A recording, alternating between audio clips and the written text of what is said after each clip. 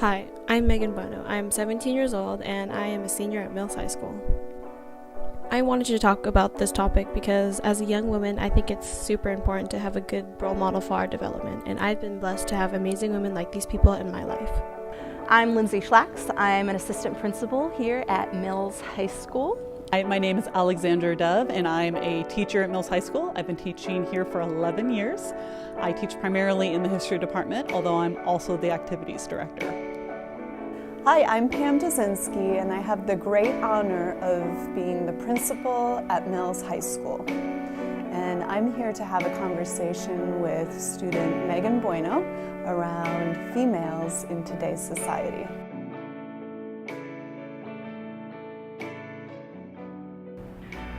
There's a lot of meaning in language, both in the words that we say, but then also the meaning behind them. And there are a lot of words that we use to talk about people and their gender that come with more than just the definition. Talking about like the word bossy, for example. Women in positions of leadership are often told that they're bossy or nagging when they're trying to get stuff done, whereas men would often be told that they have leadership qualities or that they're on top of things. And it's not always a conscious decision for people to use one word over the other word or to approach language in such a gendered way. These are things that get kind of passed down to us based on what we hear, what we observe, what we're taught, and then we just kind of inhabit and perpetuate and repeat those same kind of things. And then the young women and young men and other folks hear what we're saying and how we're talking about things, and they carry it on.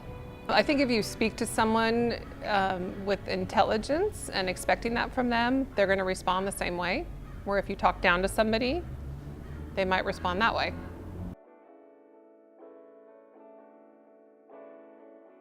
Women have gained, especially in the United States particularly, women have gained a lot of formal rights over the past 100 years, 150 years. So when my great-grandmother was getting married, her property still immediately belonged to her husband as soon as she got married. And that kind of thing, property rights, the rights to have custody of children, and the ability to vote, the ability to go to work, the ability to wear clothing that isn't specifically for women. All of those rights have made enormous progress over the past 150, 200 years in the United States, but there's still quite a lot left to do. I think females have greater independence. I think more so than ever in probably the history of humankind. Females have greater independence to live how we see fit, and we have more freedom to be able to define ourselves and be ambitious and to hold fast to our dreams. And to make those dreams become a reality more so than we ever have in history. So I think that's progress. I also believe that we've made great strides as a country and as a society to recognize gender roles outside of the binary male, female roles. You know, we recognize transgender, lesbian, gay, bisexual roles or gender identification in our society.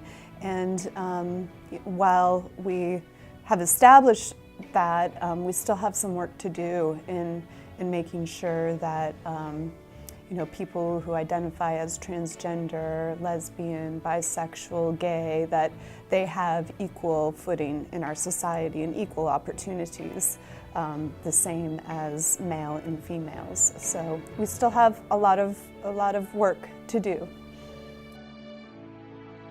I think women are still largely viewed as the homemakers. I think women are largely viewed as being the caretakers.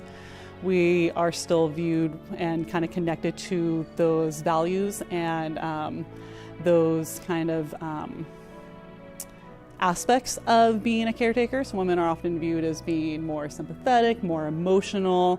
It's always expected that, if a woman is going to have a child, that, more times than not, she's expected to stay home with that child and be connected to home values. I do think that view is changing, and I think with every generation, we are seeing a challenge to that, and that women are being viewed more as equal as men, as well as that the domestic sphere is not solely for women, that men can be there as well. And I recognize I'm saying this on a very binary gender. Gender is, of course, on a spectrum, and there are many non-binary individuals as well. And that in itself is a challenge. We've, largely, I think, historically thought of women and men, and that's been the two binaries. And we're starting to question all of that, which I think is really exciting and I think is needed. After interviewing these wonderful women, I interviewed 2 men to see how women have affected their life. Hi, I'm Mr. Huddleston. I'm an English teacher. Hi, I'm Don Burdett. I'm a teacher here at Mills. This is my 26th year here at Mills. In some ways it's hard to choose because women have been a significant, if not the most significant, people in my life throughout my life. And so lots of women. But there's no doubt the one woman that's been most important is my mom. And so, for example, when I went to school from kindergarten on, from kindergarten all the way to 8th grade, all my teachers are women. So women have taught me, they've counseled me, they've shaped me, and took care of me when I was in need. Well, my mom, she's the first woman who really raised me and taught me a lot about life. She raised a family of 4 children, and so in doing so, she really had to balance a lot in her life, and she worked as well.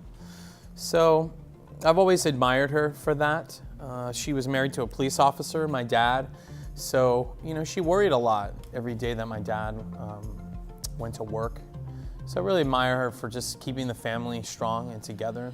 Of course, my wife is a big influence on me. She's so strong and tenacious, and she's studying law, and she's just very knowledgeable. So there have been a lot of women who've had a big impact on me. On January 19, 2019, I went to the Women's March with Miss Argy, Miss Dove, and my friend Diana.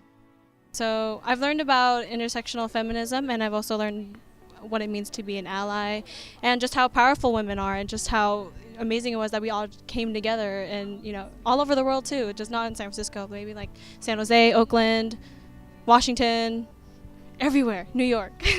And it's truly amazing. So what does it mean to be a strong woman? Yeah, treat others like you want to be treated, and I think standing up for yourself in a way that is not only respectful to everyone else, but to yourself. So I think it's when you do it for you, you're doing it for everyone else as well. I agree. I think that being a strong woman means that my sister can feel comfortable expressing herself and being herself whenever she pleases. Never give up, and I think all women are strong, honestly, inherently. Being a woman every day makes you strong, and never giving up, yeah. Being a strong woman is about giving no mind to people who may not believe in you or not believe in what you're doing, especially because of your gender. What are ways in which you are engaging in this movement?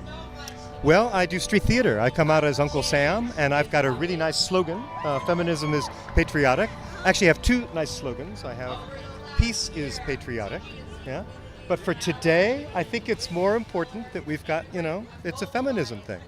Here's to the many strong, beautiful, and brave women in my life who never fail to constantly inspire me and help fight for my well-being and happiness.